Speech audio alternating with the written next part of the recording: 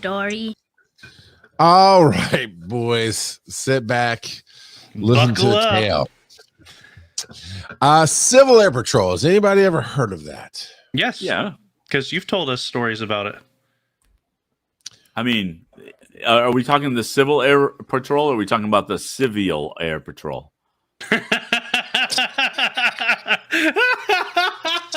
I'm not sure what kind of stroke you just had there, Kurt. I'm He's only looking reading at what was written. What was written?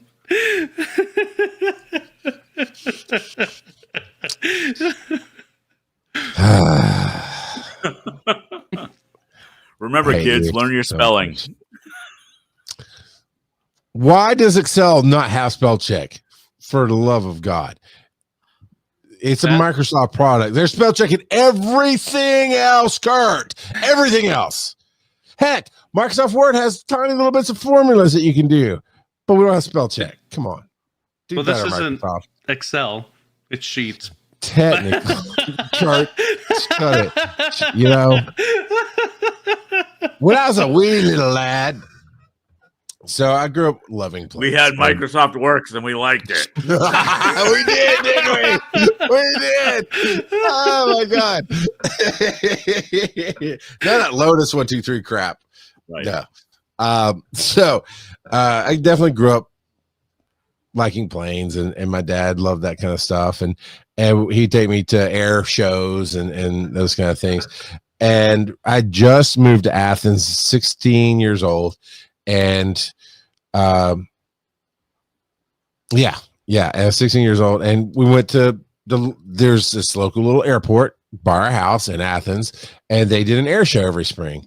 And we went out, and it's really cool and nifty, but I kept noticing these teenagers in uniforms, and finally, like, what are you guys doing, this and that? And then they're recruiting, Civil Air Patrol, blah, blah, blah. And they're like, search and rescue. No. That was part of this group, but I'm just kind of talking about in general of why sometimes you should never join things, or people shouldn't let you join things. But it's a search and rescue, and, I thought, oh, that sounds so rad, man. I don't know. I thought it was gonna be like this hero, right? Getting called out in the middle of the night at 16, right? Getting called out in the middle of the night to go find the down plane. No, never happened. Did go to the group meeting where they're recruiting people, and at the time, Joe, I don't know how familiar you are with this, but Kurt, I just lost it. So where Weird Al made his debut, Dr. Demento's radio show. So I was listening to that a lot at that point in time in life. Like you did. Right. Yep. Like you did. And I believe Joe has met him. I'm not sure, Kurt, if you've met Douglas, my longtime friend, the soulless ginger. Douglas, the father of Little Red. Oh, yeah. Little Red was there when I was there. So yeah, then you met him. So, okay. So when I tell you what I thought the first time I saw him, you go, oh yeah, that's the guy. I saw him at your house. Okay. I was 16, he was 15, and he walks in with what I thought was his grandfather. It was his dad. Whole other story. It'd be like the old parent. He had the old parent. Yeah. And immediately wait, pause. Hugh says Libre Office Calc has spell check the calculator. their stupid sheet. Hugh, nobody is going to use Open Office no matter what they call it. Hugh is a Linux kind of guy all day. Anyway, so I saw Douglas and Kurt. The first thing I heard was pencil neck geek. I mean, I like classy Freddie Blassie. You're right, and he was a nerd, man. Yeah. We ended up becoming really good friends. As I do with everything, I become a leader, and we did the studies and the tests and all the fake crap they're supposed to get right with it. But it was this semi-organized group, right? It's supposed to be organized. And I bet you there's plenty of people listening to this going, oh my God, you're making a mockery of what we did. Yeah, but it wasn't me. It was the adults who were 24 and 26, college students at UGA who were supposed to be teaching us. So I got so many stories from it. And yes, I told one about being under the stairs. However, what I want to bring up for this story is I jumped through all the stuff. I became like this because I am great at tests, and it was. You think you know me now? Take me to 16, where I'm rage filled and have zero filter, and I still this size, just full of anger and rage, and don't give a crap. It was not a great time for people. We became somehow, some way in that mix. We talked somebody into making that an Eagle Scout troop. So technically, I've been a Boy Scout once in my life. I don't think any Boy Scout would ever claim what I did was anywhere near that, but we got the title. I don't think anyone would have ever accused you of being a Boy Scout if you hadn't admitted it. You know, I don't have the tattoo like Hugh does. Hugh got branded. By bringing up to see what stories you guys have from what groups that you were in as a teenager, young adult. Church. My church had Royal Ambassadors, which was the Southern Baptist Boy Scouts. It was not great. Civil Air Patrol, where we went and learned. I learned some interesting things, but I also hurt a whole lot of people in the process. What about you, Joe? What kind of you today look like you could be a Boy Scout, but being that Papa NASCAR raised you, I don't think that happened. My dad was my scoutmaster. That's a scout pack I would join. Papa NASCAR. And he's like, oh, what? That's a snake bite. Just spit on it and walk it off, Joe. You'll be fine. Yeah, no. Up until maybe 5-10 years ago, the LDS Church was all about Boy Scouts. Now we do our own thing, but we were huge into Boy Scouts, and so don't y'all go digging domes in the snow to camp in? I did that as a teenager. That's not necessarily a normal thing. Yeah, we call those igloos, Charles. No. That's not. Sir. No. I have told this story on here before, but we literally went to a place that had like 10 feet of snow, and it compacts over time and whatnot, and you dig a snow cave to sleep in. Oh yeah, okay. So we did that for fun, like during the blizzard of '78. What is wrong with you? So the blizzard of '78, where it dumped like 4 feet of snow in our front yard, my brother and I would go and we would do tunnels all through the yard, all over the place. It's kind of a wonder we didn't die, but yeah, it's what you do. Okay, y'all slept in snow tunnels. I robbed an Air Force base of stuff as a teenager. Statute of limitations is dead. I'm not sure there is a statute of limitations on that, but okay. Yeah. There was one time at Scout Camp when this one time in Scout Camp. Exactly.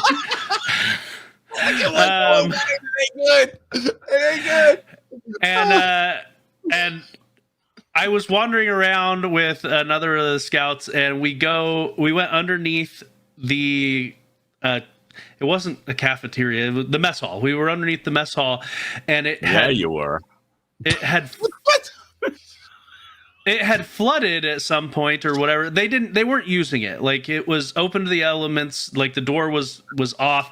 And so we just poked our head in there to see what was in there. We were walking around, and as we were walking out, we look on the wall, and there is a spider the size of a plate. And we're like, no, thank you. No, thank you. So we left. We went to the Nature Lodge to look in the books there. And we looked it up, and it was a spider that doesn't even spin webs. It jumps onto small birds and eats them. and so, yeah, we were like, nope. We need a bird right now. We didn't go back near that again. But yeah. You stayed. You would have found me 5 miles up the road barefoot and walking and go, where's Charles? Because Charles is not staying there for any reason. That was Charles doesn't live here anymore. That was the same year when we saw something black that looked like a vine on a tree, and then it started moving, and it was a snake that had wrapped itself around the tree and was climbing up the tree. I also found a black widow in my Kurt. tent that year too, and killed it. There's a snake in my boot. This is like a week. This is like a week. Kurt, would you stay? Because what is wrong with you? Why would you stay I there? couldn't drive. You I didn't got have a cell phone. Bubba. Go. Yep. Run, Yeah. Forrest, run. How did you survive childhood, son? There's no reason to do that. There's really no reason to do that. Oh man. Yeah, I mean, I scout camp. All kinds of stuff. Kurt. Yeah. I don't know anybody can top that nonsense. Yeah, I probably can't. I was involved in Cub Scouts for a long time, but until it was time to become a Boy Scout, and then I went to one Boy Scout meeting, and the troop leader ran it like a military meeting, so we had to stand in rank and file, and no, I'm sorry, no, I'm out. So, but otherwise, a lot of my things later on were very much music based and whatnot. So I was a member of.